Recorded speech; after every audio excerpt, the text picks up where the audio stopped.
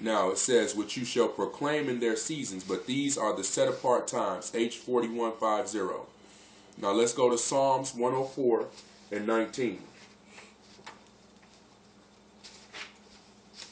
The book of Psalms, chapter 104 and verse 19.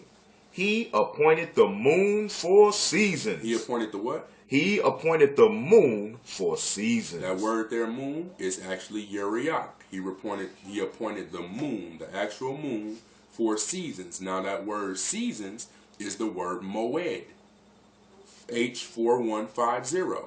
So the same thing we just read in Leviticus 23 and 4, that these are the set apart gatherings of the Most High, and it goes on to talk about the Pesach or the Passover, the Feast of Unleavened Bread, the Feast of Trumpets, all the feasts that the men are supposed to present themselves 3 times a year in the land or whatever.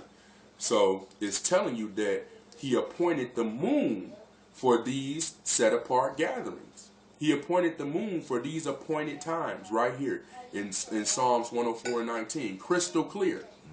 Crystal clear. It's the word Uriach. He appointed the moon for these things. Now, let's go to Sirach. Sirach or Ecclesiasticus 43 and 6.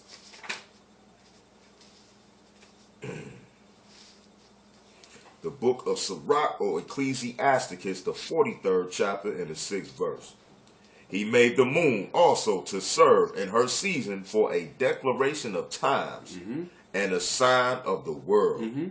From the moon is the sign of feast. Read it again. From the moon is the sign of feast, a light that decreases in her perfection.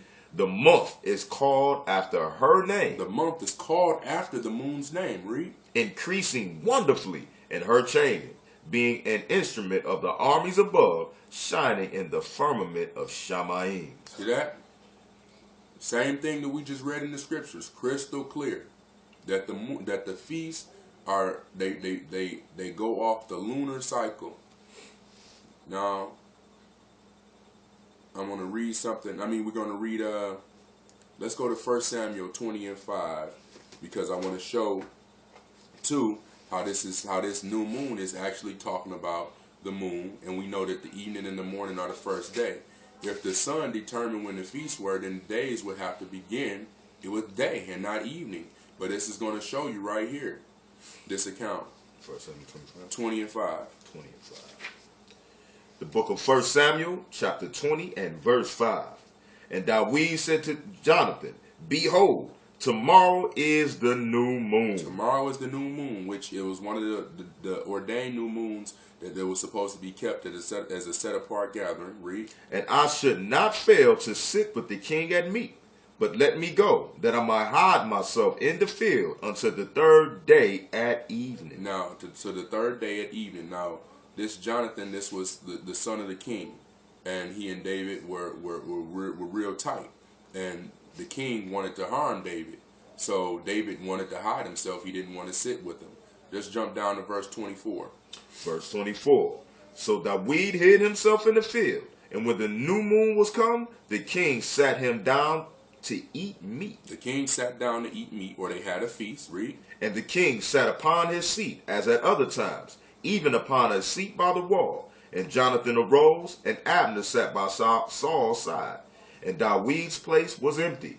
Nevertheless, Saul spake not anything that day, for he thought, something has befallen him. He is not clean. Surely he is not clean. And it came to pass on the morrow, which was the 2nd day of the month, that David's place was empty. Which was the what? The 2nd day of the month. So it lets you know that the new moon is the 1st day of the month. It's that word Kodesh. I done showed you the relationship between the word Kodesh and the word Uriach, which is actually the moon. Go ahead. That David's place was empty. And Saul said to Jonathan his son, wherefore come not the son of Jesse to meet, neither yesterday nor today? Now, that's good right there.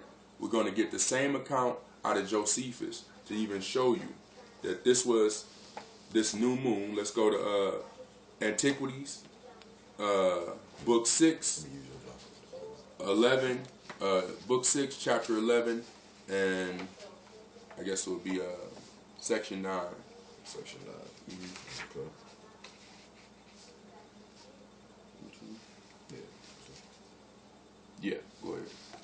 Take it from the Josephus right here. But on the next day, which was the new moon, the king, when he had purified himself as the custom was, came to supper. Came to what? Came to supper. Now, when do you eat supper? In the evening. In the evening, exactly. Read.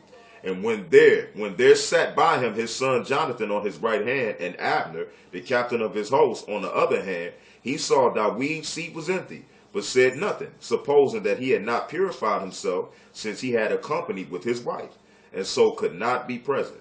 And when he saw that he was not there the second day of the month, neither he inquired of his son Jonathan why the son of Jesse did not come to the supper and to the feast, neither the day before nor that day. So Jonathan said that he was gone, according to the agreement between them, to his own city. That's cool right there. But it just shows you right there, and even in Josephus' account, that at supper, that's when they were eating, when they were partaking of the feast. So it wasn't a daytime thing. It happened in the evening. The new moon happened in the evening, or the new month. It took place in the evening when the new moon was sighted. So now we're going to go to the book of Psalms. That's good. Okay, that's cool. We might have to get one more thing right here. Let's go to Psalms 81 and 3. The book of Psalms, chapter 81 and verse 3. Blow up the trumpet in the new moon, in the time appointed, on our solemn feast day. For this was a statute for Israel and the law of the power of Yaakov. That's good right there. I want you to read the same verse out of the Tanakh.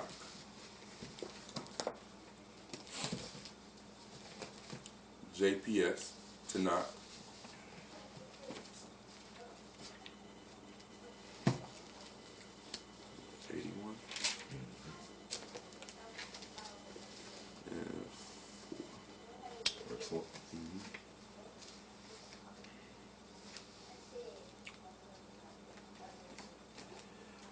Blow the horn on the new moon and on the full moon for our feast day. Okay, stop right there. So, if anybody out there has studied the book of Enoch, and we're going to run across this, you'll understand that the moon, after 14 or 15 days, it goes from new to full. Exactly. So when it says blow the trumpet in the new moon, which the first month, the first new moon would be an ordained new moon, and in the full moon on our solemn feast day, which would be the Pesach and the Feast of Unleavened Bread. You see that? So it's showing you right there, the new moon and the full moon, we're supposed to blow the trumpet, because it's a set apart gathering, or it's a solemn feast day. Exactly. Okay? So now we're gonna jump to Jubilees. Jubilees, the 6th chapter.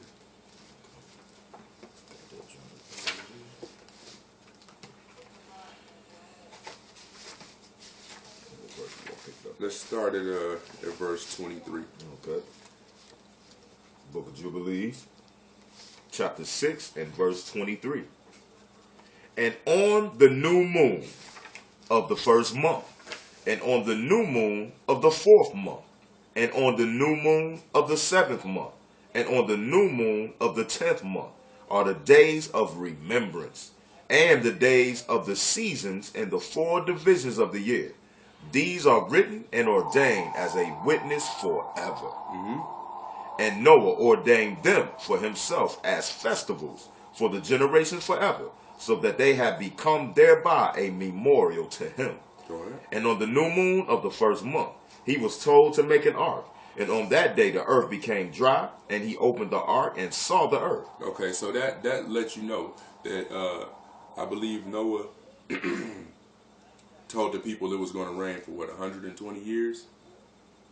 Well, he told them they had a 120-year period, but it was basically it rained for about 150, I believe.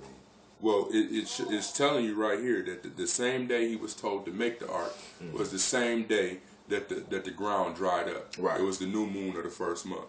Go ahead. Okay, verse 26. And on the new moon of the fourth month, The mouths of the depths of the abysses beneath were closed. And on the new moon of the 7th month, all the mouths of the abysses of the earth were opened, and the waters began to descend into them. And on the new moon of the 10th month, the tops of the mountains were seen, and Noah was glad. And on account of this, he ordained them for himself as festivals for a memorial forever, and thus are they ordained. So these are the ordained new moons that we were just speaking of. Now I'm going to show you this same account in the scriptures, and you're going to see if the new month was brought in by the sun, these different accounts would be 30-day, because the sun has a 30-day cycle, and sometimes 31 when the for the intercalendary days when the seasons change. But if it was the sun that brought in the months, according to this account, you would see these days would be, this number of days would be divisible by 30, but you're going to see it's not. So let's go to Genesis 8 and 13.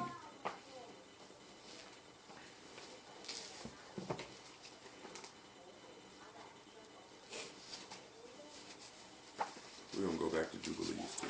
Okay. 8 and 13. Right? Mm-hmm. Okay. The book of Genesis, chapter 8 and verse 13.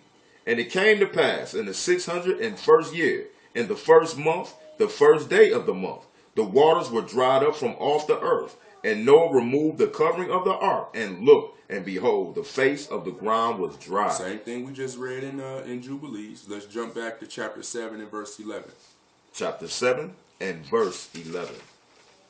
In the 600th year of Noah's life, in the second month, the 17th day of the month. The 17th day of the second month, right? Read. The same day were all the fountains of the great deep broken up, and the windows of heaven were opened, and the rain was upon the earth 40 days and 40 nights. So in the 17th day of the month, and it rained for 40 days and 40 nights, right? Mm-hmm. So 40 days and 40 nights plus 30 minus 17 is 13. 40 days and 40 nights, that's 53. For it to have stopped raining on a new moon, it would have to be divisible by 30, and it's not. Let's go to Genesis 8 and 3. The book of Genesis, chapter 8 and verse 3. And the waters returned from off the earth continually, and after the end of the 150 days, the waters were abated. And the ark rested in the 7th month, on the 17th day of the month, upon the mountains of Ararat. So 17th day of the month, on the 7th month, 17th day of the month, were the waters drawn back. Let's jump to read verse 5. Verse 5. And the waters decreased continually until the 10th month. In the 10th month, on the first day of the month, were the tops of the mountains seen. So you can see that the same thing that we just read in Jubilees. However, when you add that 17th day of the month and 150 days, it's not divisible by 30. If all these events took place on a 30-day solar cycle, these numbers would be divisible by 30, or at the most, it would be off by a day, because you have sometimes the intercalendary days, and you'll have 31 days in a given month for the change of season. But it's not so. So let's go back to Jubilees.